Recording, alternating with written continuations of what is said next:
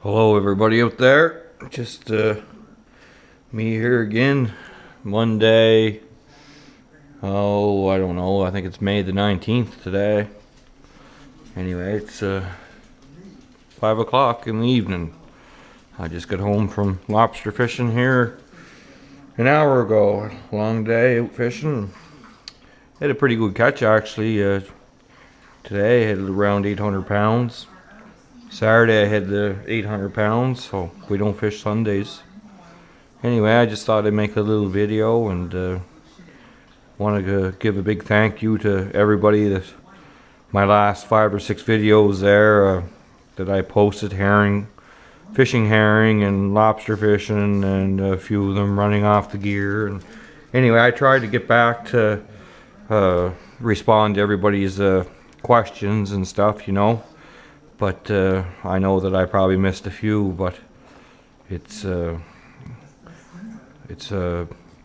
hard time of year, time I get in from fishing and a bite to eat and go back and clean the boat up and stuff for the evening. So anyway, I try my best to respond to your questions, and if I don't, get back to you, I still love seeing your comments and stuff, right? That's half of the fun of making the videos, I think.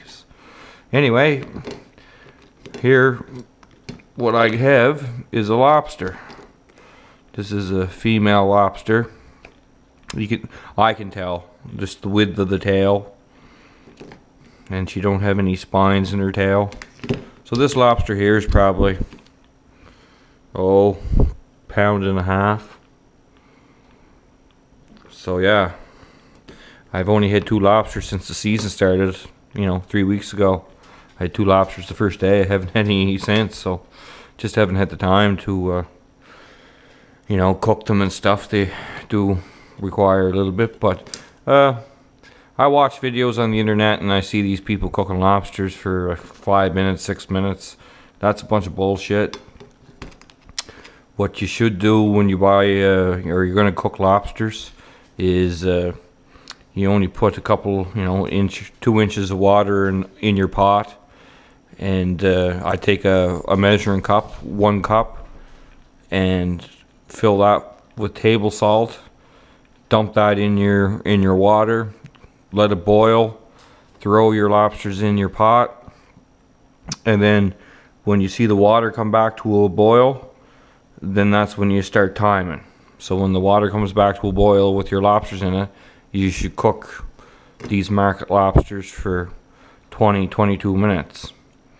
I mean, that's on a regular, kitchen stove, or even when I cooked them out in an outdoor propane burner, that's what I cooked them.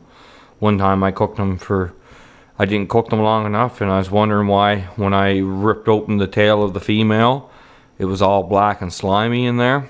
And a guy that cooked lobsters for 30 years says another 2 or 3 minutes that lobster would have been, it was the roe that wasn't cooked right. So anyway, I don't know, like I said, these people that cook lobsters for 6 or 8 minutes, I mean, boil them, they're not cooked.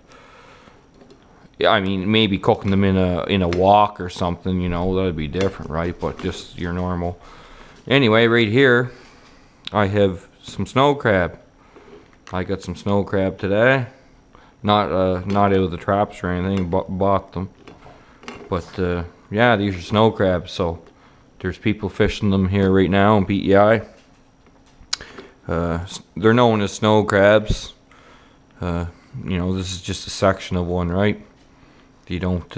You just break them and clean them, and it's got its legs. These legs are all full of meat. This is his big claw right here. So yeah, they're pretty tasty. The meat's a little sweeter, I find, in snow crabs, a little more stringier. But this here up in this part here, it's all full of meat. So every time you break your leg apart, it's full of meat. Yeah, a lot of meat in snow crab. So one other thing I thought I'd show you today is this guy. I caught a lobster today. So when I got him, I said, I'm gonna keep him. So in case you thought lobsters are red coming out of the water, like a lot of people probably do, they're green when they're alive, and they turn red pretty quick when you put them in the water. And as far as lobsters squealing and stuff, that's horse shit. But anyway, I kept this lobster here today because it was unique, and I have never seen one. You see a lot of deformities and stuff in lobsters, because you know they can lose a claw, and they'll, you know, it'll over time they'll regrow it, right? Anyway, take a look at this little guy. Hopefully you can see him. Look at the claw on this guy. There's quite a deformity right there. So he's got his joint, right? It's the same. It should be the same. This guy, you know, there's his claw, right? It's a joint. But this guy has like 3 claws. There's 1, there's 2, and then this one coming out of here. But these can't bend like this, you know, there's no joint there. So I kept that. That's really weird. I don't know why I done that. But I'd never seen that before. Anyway, I decided to keep them, and just down the road from me is a guy that does taxidermy stuff. You know, he stuffs animals, and he does lobsters and stuff like that. I got him to stuff a silver fox for me here the other year. I found a nice little fox laying inside the road dead. He wasn't hurt, so I had to go get permits and stuff, and I got it stuffed. Anyway, I dropped by his shop there today. I know it's a holiday, but I thought that he might be around. Anyway, he was closed. So I'm just going to keep this guy in the fridge for the night. And I'm going to take him, and I'm going to get him to stuff him, I guess, or do what he does. He'll take this lobster and he'll just mount it on an old board or something. And I don't know exactly the process, but when I get it back, it'll just be mounted on the board, something that I can hang on the wall. Anyway, it's pretty neat. Like I said, that's a deformity that I never ever seen. See, he's got his joint just like this claw, but not, you know, these ones got no joints in them. It's weird because, you know, sometimes if they get bit or it breaks off, or it might make a twist, but I don't know why that grew like that.